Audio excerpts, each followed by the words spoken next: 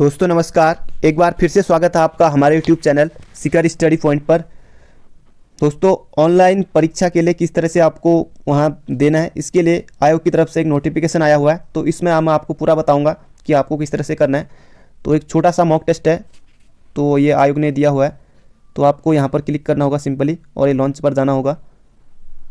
और भी दोस्तों बहुत सारी चीज़ें दी हुई हैं यहाँ पर, जैसे निर्देश हैं परीक्षा के लिए, दिशा निर्देश किस तरह से करना है, आपको किन किन बातों का ध्यान रखना है, परीक्षा में पेन हिन भी नहीं ले जानी। तो ये भी वहाँ, अगर आपको इंस्ट्रक्शन वीडियो इन हिंदी में देखना है तो आप हिंदी में देख सकते हैं, अगर आपको इंग्लिश में देखना है तो इंग्लिश में आप देख सकते हैं। तो इस तरह से ये आयोग की तरफ से दिया हुआ है।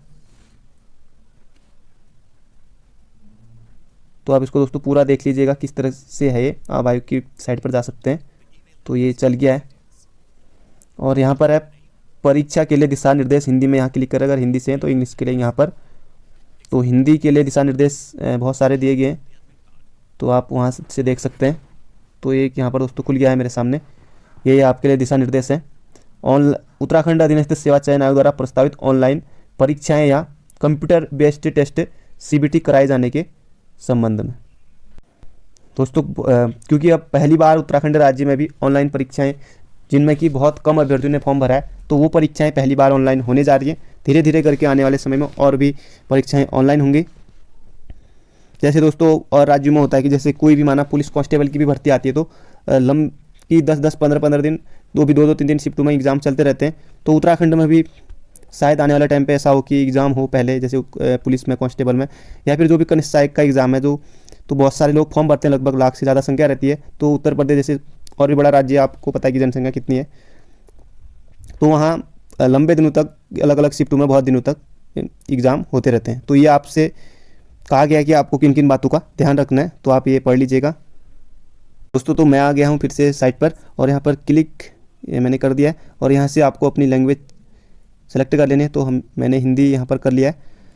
तो ये अभ्यास परीक्षण के लिए दिशा निर्देश, तो यह है एक कृत्रिम परीक्षण मॉक टेस्ट है जो कि परीक्षा अंतराफलक एग्जाम इंटरफेस और परीक्षा वितरण प्रणाली टेस्ट डिलीवरी सिस्टम के बारे में जागरूकता पैदा करने के लिए किसी भी परिस्थिति में से नमूना पत्र के रूप में अनुमानित नहीं किया जाना चाहिए।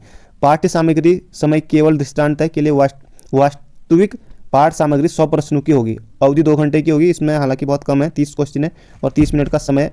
खंड ए, खंड ख, खंड, इस तरह से 5-5 क्वेश्चन है। अभी मैं आपको क्वेश्चन दिखाऊंगा। तो बहुत से लोग जो नए होंगे, कई लोगों को ये क्वेश्चन भी उनके लिए मुश्किल हो जाएंगे करने। तो अगर आप पुराने हैं तो आप कर सकते हैं। इस तरह से दिशा निर्देश। तो अगर आपने SSC के एग्ज़ाम दिए हैं दोस्तों, तो आपको कोई घबराने की ज़रूरत नहीं है। अगर आपने नहीं भी दिए हैं तो तब भी आपको कोई घबराने की ज़रूरत नहीं, बिल्कुल आप आसानी से कर ले जाएंगे। आपको सिर्फ माउस का इस्तेमाल करना रहता है, कीबोर्ड को आपको हाथ नहीं लगाना रहता है, माउस से ही करना रहता है। आपको जो आपकी वहाँ से लॉगिन हो जाएगा, बाकी आपको अपना पासवर्ड डालना होता है। पासवर्ड भी आपकी डेट ऑफ बर्थ होती है। तो ये सबमिट कर दिया मैंने इस पर। Start the test. तो ये दोस्तों इस तरह से खुलेगा, 30 मिनट का था। तो इस तरह से आपकी उल्टी गिनती वहाँ पर शुरू हो जाती है। जैसे कि 2 घंटे का पेपर है तो 120 यानी कि एक इतने से, तो इस तरह से आपका उल्टा चलते रहेगा। तो इस तरह से वहाँ पर तो आपको टाइम का भी बहुत प्रेशर रहता है कि उल्टी गिनती चल रही होती है, इतने मिनट बच गए, इतने मिनट, अब इतने मिनट बच गए।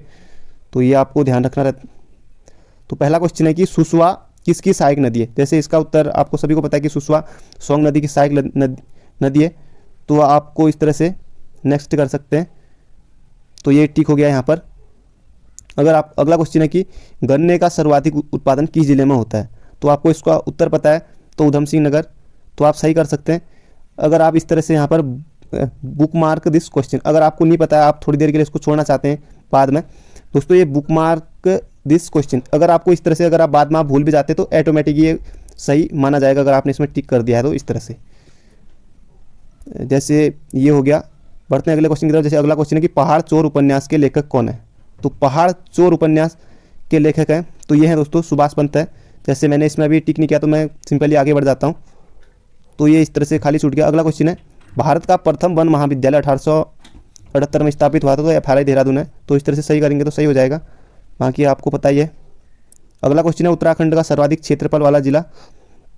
दोस्तों पर आयोग के अनुसार उत्तरकाशी पर आयोग देता है, पर वेबसाइट में भी उतना ही है। आयोग में दोस्तों पर जो कुछ एग्जाम हुए थे पिछले, उनमें उत्तरकाशी दिया हुआ था। तो चमोली का जो है 80-30 और उत्तरकाशी का है 80-16। तो चमोली इसका सही उत्तर होगा। तो कई जो पिछले एग्जाम हुए थे उनमें उत्तरकाशी भी दिया हुआ था आयोग के अनुसार, तो इसको आप देख सकते हैं। तो चमोली। बढ़ते हैं अगले क्वेश्चन की तरफ। अगला क्वेश्चन है कि डॉक्टर संपूर्णानंद खुली जेल किस स्थान पर स्थित है, तो ये सितारगंज में है। बढ़ते हैं अगले क्वेश्चन की तरफ। अगला क्वेश्चन है राज्य पुलिस प्रशिक्षण अकादमी, तो ये नरेंद्र नगर टिहरी गढ़वाल में ही है। अगला क्वेश्चन है, अगर आप दोस्तों किसी में जैसे नॉट सिटकुल है, इसमें अगर आप उत्तर नहीं देना चाहेंगे तो इस तरह से आप आगे बढ़ सकते हैं। समस्त मध्य हिमालय में प्रथम ऐतिहासिक राजवंश था, तो ये कत्यूरी जैसे ये है, तो क्लियर रिस्पॉन्स है। अगला क्वेश्चन है उत्तराखंड में प्रथम स्वतंत्रता सेनानी किसे माना जाता है, तो सभी को पता होगा कालू मेहरा जो कि चंपावत से थे। तो इस तरह से अगर आपको पता है तो इस तरह से आपको उत्तर देने रहते हैं दोस्तों। श्री क्षेत्र है तो श्रीनगर है। एक बार पूरे प्रश्न देख लेते हैं कि कितने हैं। कुमाऊं केसरी, तो कुमाऊं केसरी हो जाएंगे हमारे बद्रीदत्त पांडे। बढ़ते हैं भारत इलेक्ट्रॉनिक्स लिमिटेड, तो ये कोटद्वार में हो जाएगा, कोटद्वार ऑप्शन नंबर बी है। अगला क्वेश्चन है बैकुंठ चतुर्दशी मेला, तो श्रीनगर पौड़ी गढ़वाल। अगला क्वेश्चन है मद महेश्वर क्या है, तो मद महेश्वर पंचकेदार है, तो ऑप्शन बी। हिमालय परिचय गढ़वाल, तो ये राहुल सांकृत्यायन की रचना है, तो ऑप्शन ए है। फुलू की घाटी, तो फ्रैंकिस में, इस तरह से आप कर सकते हैं।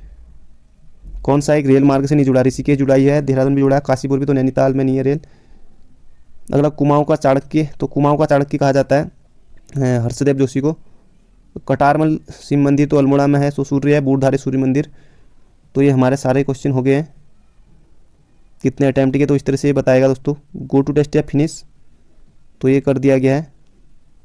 यू हैव आंसर्ड 18 क्वेश्चन, इतने तो 2 क्वेश्चन आउट ऑफ है, तो इस तरह से आपको देना है दोस्तों। जब आप वहाँ जाएंगे ऑनलाइन टेस्ट देने, तो आने वाले टाइम पर, तो अभी तो बस 2-3 एग्ज़ाम ऑनलाइन होने, बाकी के लिए अभी समय लगेगा। तो बहुत जल्दी आने वाले समय में कह सकते हैं कि और भी एग्ज़ाम ऑनलाइन होने लग जाएंगे। जैसे यूपी में आती है कि यूपीएसआई की भर्ती आती है, तो उसको बहुत लंबे, लगभग कि 30-35 के आसपास या शिफ्ट में लगभग एग्ज़ाम होता है। तो यूपी पुलिस की जनसंख्या यूपी की इतनी है, और भी भारी राज्यों से फॉर्म वहाँ पढ़ते हैं, तो लंबा एग्ज़ाम चलता है। अगर उत्तराखंड में एसआई का माना एग्ज़ाम पहले होता है, अभी तो ऐसा कुछ नहीं है, पर आने वाले टाइम पर जैसे और राज्यों में होने लग गया, जैसे दिल्ली पुलिस का ही देख सकते हैं आप, या और भी जैसे मध्य प्रदेश है, बिहार में है, तो यहाँ सब जगह ऑनलाइन एग्ज़ाम होता है। तो अगर हमारे राज्य में भी अगर ऑनलाइन एग्ज़ाम होता है तो इस तरह से ही होगा। दोस्तों आने वाले एग्ज़ाम के लिए शुभकामनाएं, मिलते हैं अगली वीडियो में।